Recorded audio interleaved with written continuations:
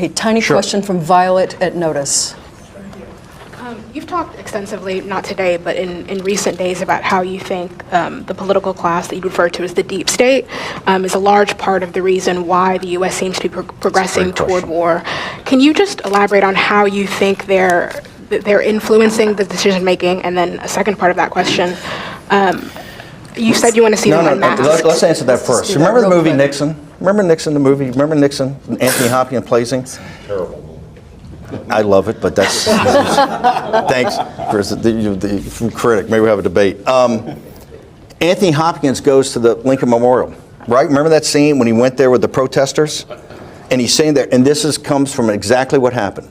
Lincoln's there, and all those protesters are sleeping, and they all realize it's Nixon, and they come up to him, and one hippie walks up to him and says, "Mr. President, why can't you just stop this war?" And what's Nixon's response? You don't want the war.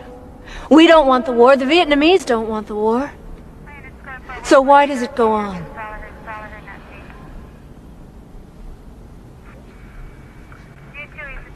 We should be going, Mr. President. Okay. Please. You can't stop it, can you? Even if you wanted to.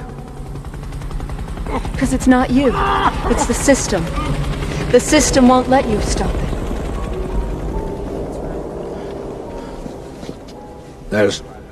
There's more at stake here than what you want or what I want. Then what's the point? What's the point of being president? You're powerless. No, I'm not powerless. Because I understand the system. I believe I can control it. Maybe not control it totally, but tame it enough to make it do some good. Sounds like you're talking about a wild animal. Yeah, maybe I am. We really must go, Mr. President. Please. All right, Bob. 19-year-old college kid. What? She understood something that's taken me 25 years in politics to understand.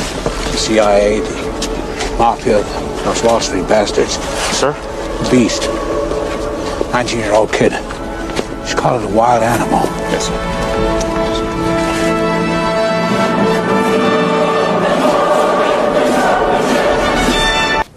What's his response? The beast. Remember, he says, "I can't stop the beast. I can't stop the beast." And they have that scene where he goes out to CIA and meets with Helms, right? Nixon couldn't do it. I'm honored, Dick, that you've come all the way out here to Virginia to visit us at last. My friends call me Mr. President. And so shall I. Mr. Helm. Arrange Of some old and forgotten papers, things I signed as vice president. I want the originals in my office, and I don't want copies anywhere else. You're referring, I believe, to chairing the Special Operations Group as vice president. Yeah. As you know, that was unique.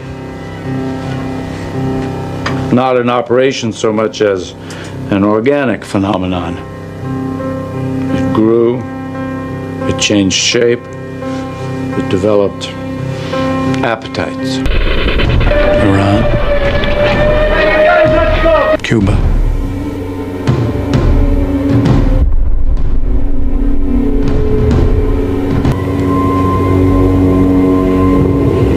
I'm interested in those documents that put your people together with the gangster elements.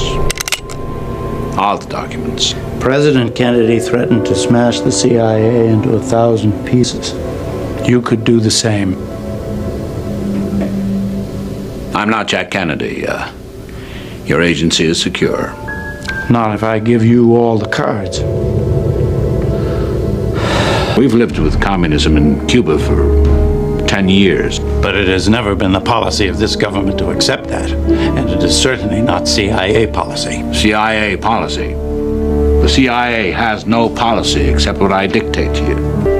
Cuba would be a small price to pay. So President Kennedy thought.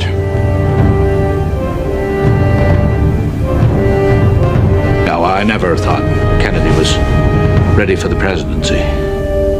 But never consider, his death was awful. It's an awful thing for this country. Yeah. Nixon just blurts it out. He says, look, I know who shot John. You can hear it quite audibly. Here is this incredibly important audio.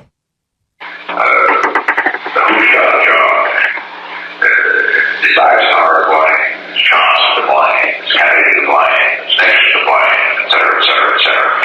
May become, not by me, but may become a very, very big receipt. If it does, I need to know. Eisenhower warned us about it. Nixon couldn't turn it around.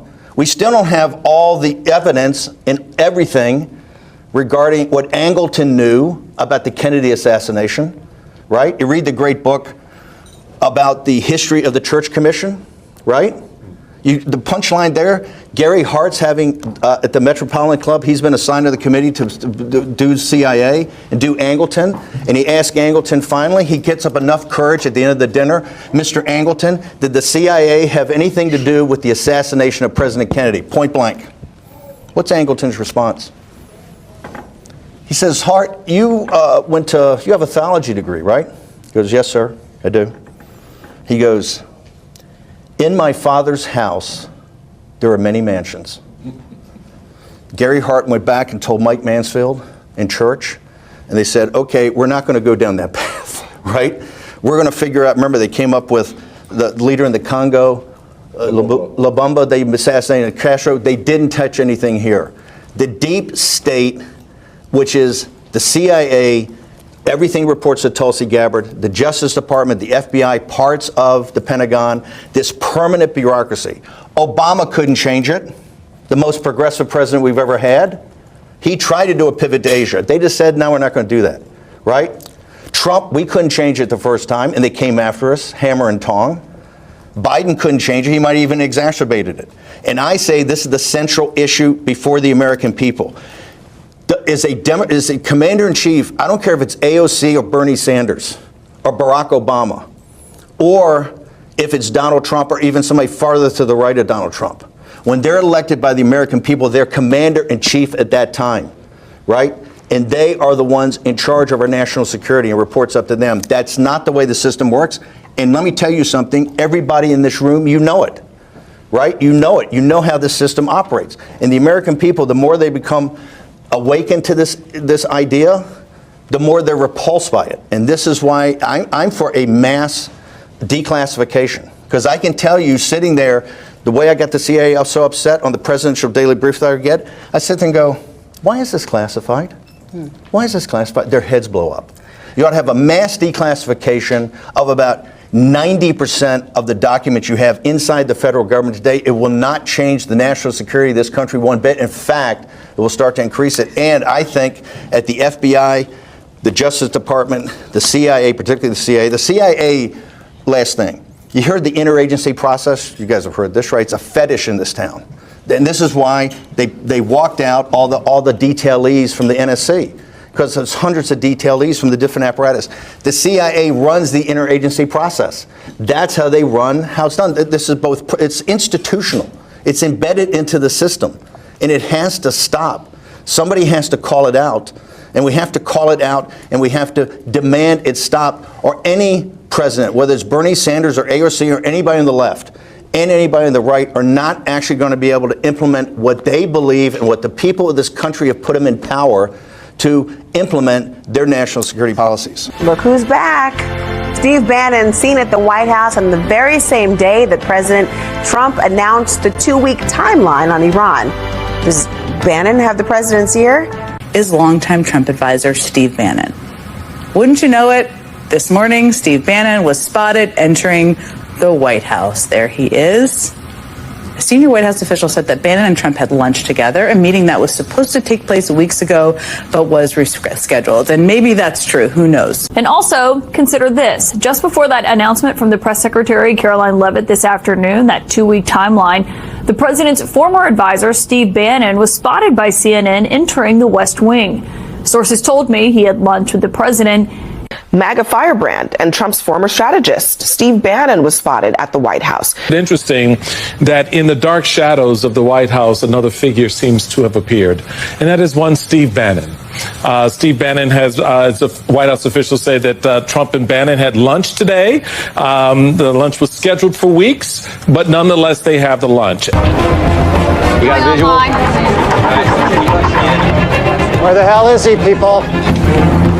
Okay, There here he he goes. is. Here he goes. Tell grab team A, go. He's still talking with somebody. He's getting instructions. Jimmy, get me the conversation. Block the box. Block the box. Moving grab team C. Get me a feed in there. I want grab team C in there. Tell me what's going on. Jesus Christ. That's Steve Bannon. Why would it come back now?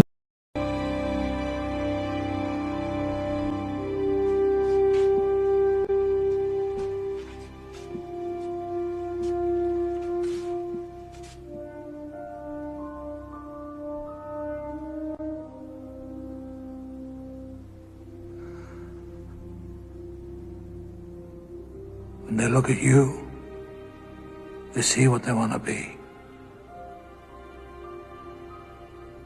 When they look at me, they see what they are.